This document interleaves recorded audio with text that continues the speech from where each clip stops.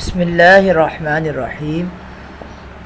پیارے بچوں، انشاءاللہ عز و جل آج ہم کلاس 9 کی اسلامیات کی کتاب سے بہت ہی پیارا سبق اولیاء اللہ رحمۃ اللہ تعالی علیہم اجمعین کے بارے میں پڑھنے کی سعادت حاصل کریں گے۔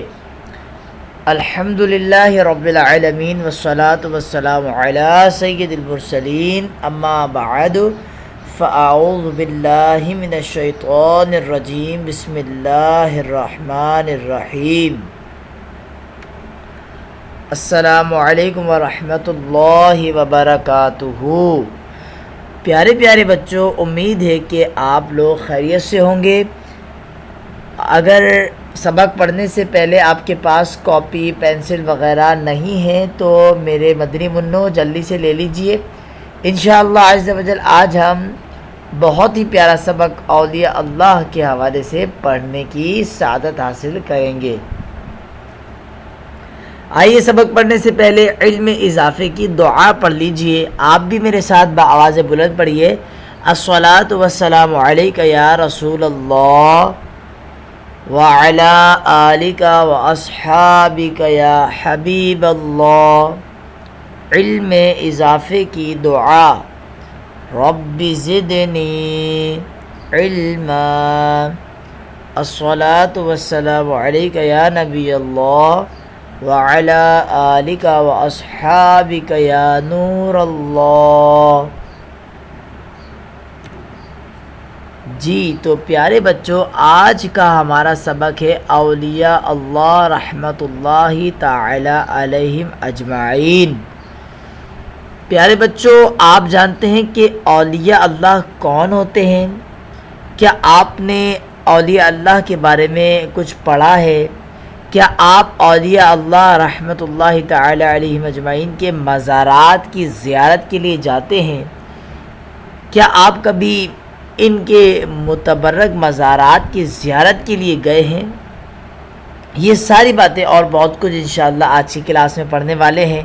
تو اس کلاس کے بعد انشاءاللہ آپ اولیاء اللہ رحمۃ اللہ تعالی علیہ اجمعین سے متعلق بہت ساری ضروری معلومات سے آگاہ ہو جائیں گے انشاءاللہ عز و جل۔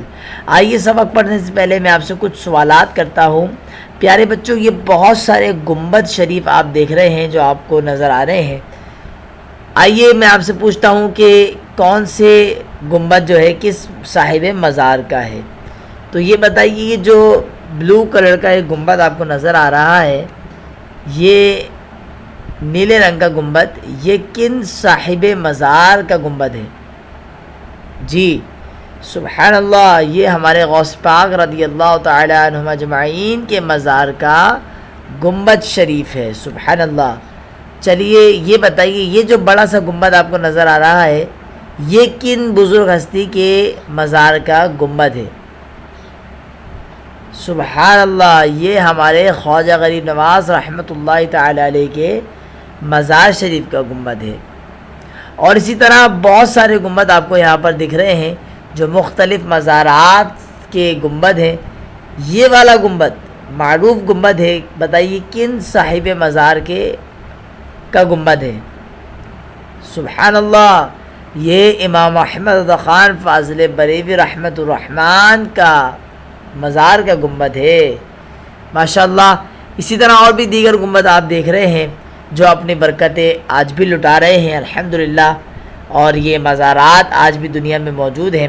اللہ تعالی ہم سب کو اولیاء اللہ کے فیضان سے مستفیض فرمائے۔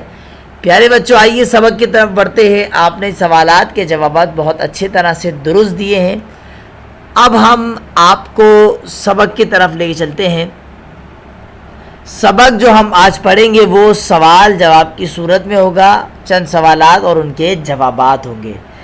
آج کے سبق کا ہمارا پہلا سوال ہے کہ ولی کسے کہتے ہیں اور ولایت کسے حاصل ہوتی ہے؟ ولی جو ہے وہ اولیاء کی واحد ہے، اور اولیاء جو ہے اس کی جمع آتی ہے، تو لہٰذا اولیاء کی جمع، اولیاء جو جمع ہے ولی کی، تو اس بارے میں سوال ہے کہ ولی کسے کہتے ہیں اور ولایت کسے حاصل ہوتی ہے؟ کیا ولی کوئی فرشتہ ہوتا ہے یا وہ بھی انسان ہوتے ہیں؟ آئیے آج اس بارے میں آپ کو ہم بتائیں گے۔ جواب کی طرف بڑھتے ہیں۔ پیارے بچوں، اللہ عز و جل کے وہ خاص ایمان والے مسلمان بندے، خاص ایمان والے مسلمان بندے، اس کا مطلب ہے کہ اولیاء اللہ مسلمان ہوتے ہیں اور وہ بندے ہوتے ہیں، انسان ہوتے ہیں جو اللہ اور رسول اللہ صلی اللہ تعالی علیہ وسلم کی محبت میں اپنی خواہشات کو فنا کر دیتے ہیں۔ دوسری بات یہ پتہ چلی کہ اولیاء اللہ اپنی خواہشات کو اللہ اور اس کے رسول کی خواہش اور محبت میں فنا کر دیتے ہیں، اپنے آپ کو وہ فنا کر دیتے ہیں اللہ اور اس کے رسول کی محبت میں، اور ہمیشہ خدا اور رسول صلی اللہ تعالی علیہ وسلم کی اطاعت اور فرما برداری میں مصروف رہتے ہیں۔ تیسری بات یہ ہے کہ وہ ہمیشہ اللہ اور اس کے رسول صلی اللہ علیہ وسلم کی اطاعت اور فرما برداری ہی کرتے ہیں۔ اولیاء اللہ کہلاتے ہیں، یعنی جو ایمان والے خاص مسلمان بندے اللہ اور اس کے رسول کی محبت میں اپنی خواہشات کو فنا کر دیتے ہیں، ہمیشہ اللہ اور اس کے رسول کی اطاعت کرتے ہیں، وہ اولیاء اللہ کہلاتے ہیں۔ کیا کہلاتے ہیں؟ اولیاء اللہ۔ جی ہاں پیارے بچوں، اب دوسرا سوال یہ تھا کہ ولایت کسے حاصل ہوتی ہے؟ تو یاد رکھیے کہ ولایت یعنی اللہ عز و جل کا مقرب اور مقبول بندہ ہونا، محض اللہ عز و جل کا عطیہ یعنی تحفہ ہے۔ تو ولایت کا مطلب یہ ہے کہ اللہ عز و جل کا مقرب اور مقبول بندہ ہو جانا، جس سے اللہ محبت فرمائے، جس کو اللہ تعالیٰ اپنا مقرب بنا لے، جس کو اللہ تعالیٰ اپنی بارگاہ میں قبول فرما لے، وہ اللہ کا ولی ہوتا ہے، جو کہ مولا کریم اپنے برگزیدہ بندوں کو اپنے فضل و کرم سے عطا فرماتا ہے۔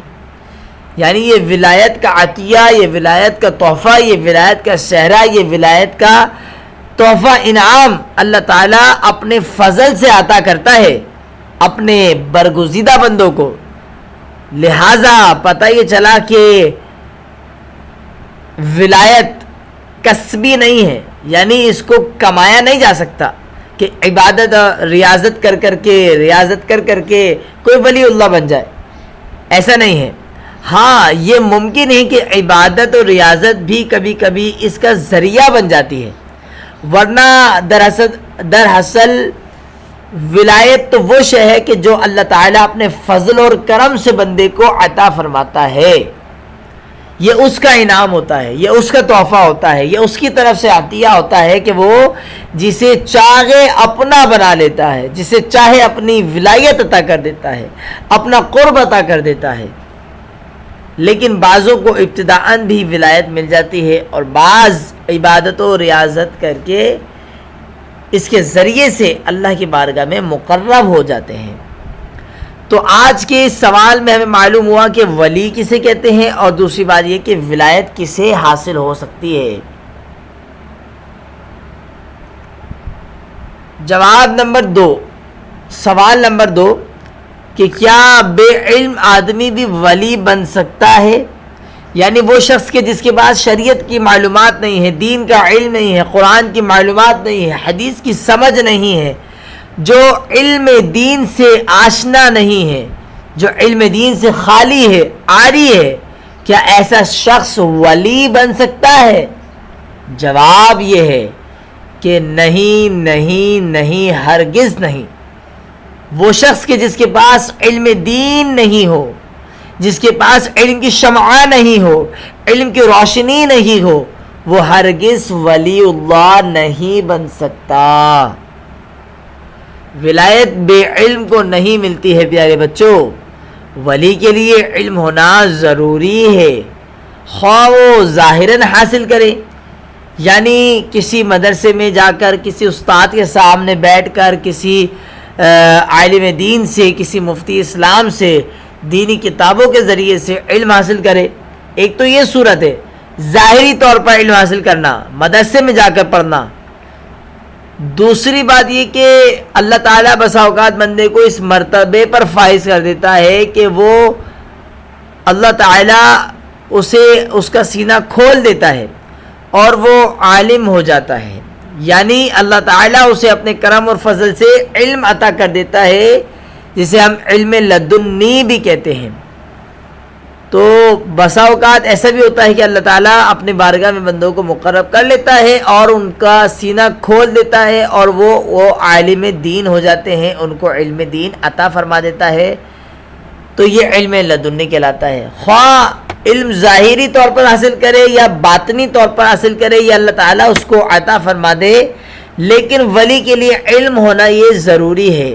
بغیر علم کے آدمی ولی اللہ نہیں بن سکتا۔ صلو علی الحبیب صلی اللہ تعالی علی محمد صلی اللہ علیہ وسلم۔ تیسرا سوال یہ ہے پیارے بچوں کہ اگر کوئی شخص شریعت پر عمل نہ کرے تو کیا وہ ولی بن سکتا ہے؟ شریعت پر عمل نہیں کر رہا لیکن ولی اللہ ہونے کا دعویٰ کر رہا ہے، تو کیا ولی ہو سکتا ہے؟ جواب یہ ہے کہ جب تک عقل سلامت ہے، کوئی ولی کیسے ہی بڑے مرتبے کا ہو، احکام شریعت کی پابندی سے ہرگز ہرگز ہرگز آزاد نہیں ہو سکتا۔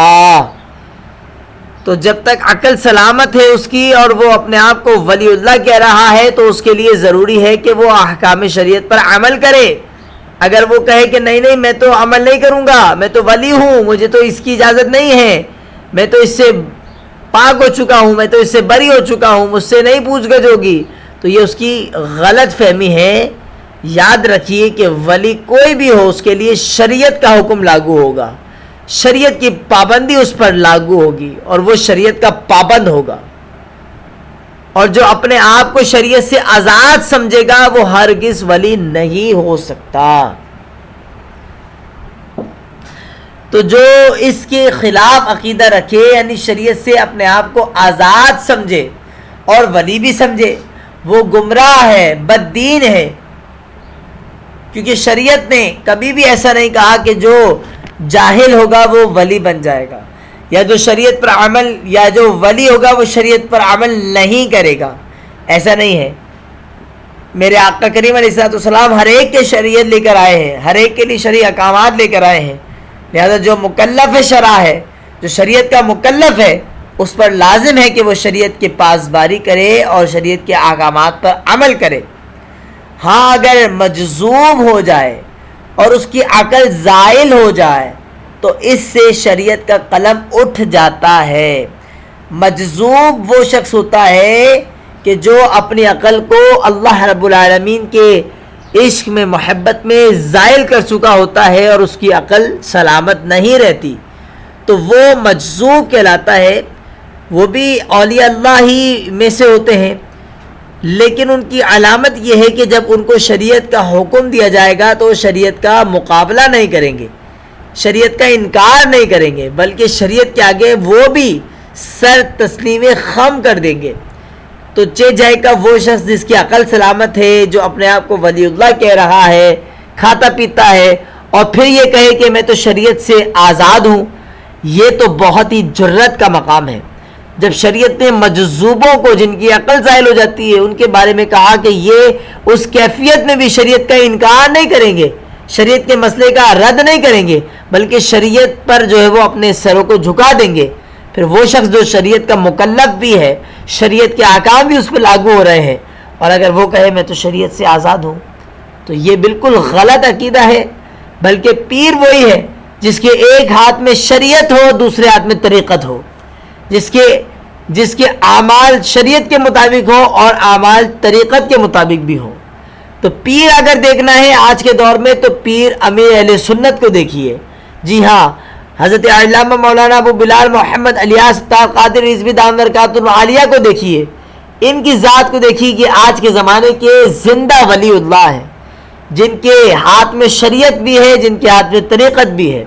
تو پیارے بچوں، خلاصہ کلام یہ ہے کہ شریعت پر عمل کرنے والا ہی پیر ہو سکتا ہے، ولی ہو سکتا ہے، شریعت کو چھوڑ کر چلنے والا ولی ہرگز نہیں ہو سکتا۔ تو پیارے بچوں، آج ہم نے آپ کو 3 سوالات اور ان کے جوابات بتائے ہیں جو اولیاء اللہ سے متعلق تھے۔ یقیناً ان سوالات کے ذریعے سے آپ کو بہت ساری نالج اور علمی خزانے حاصل ہوئے ہوں گے. ان باتوں کو آپ بھی اپنے ذہن میں محفوظ کر لیجئے. اللہ تعالیٰ آپ کے حافظے میں مضبوطی عطا فرمائے. آمین بجاہ نبی الامین صلی اللہ علیہ وسلم. جزاک اللہ خیرا.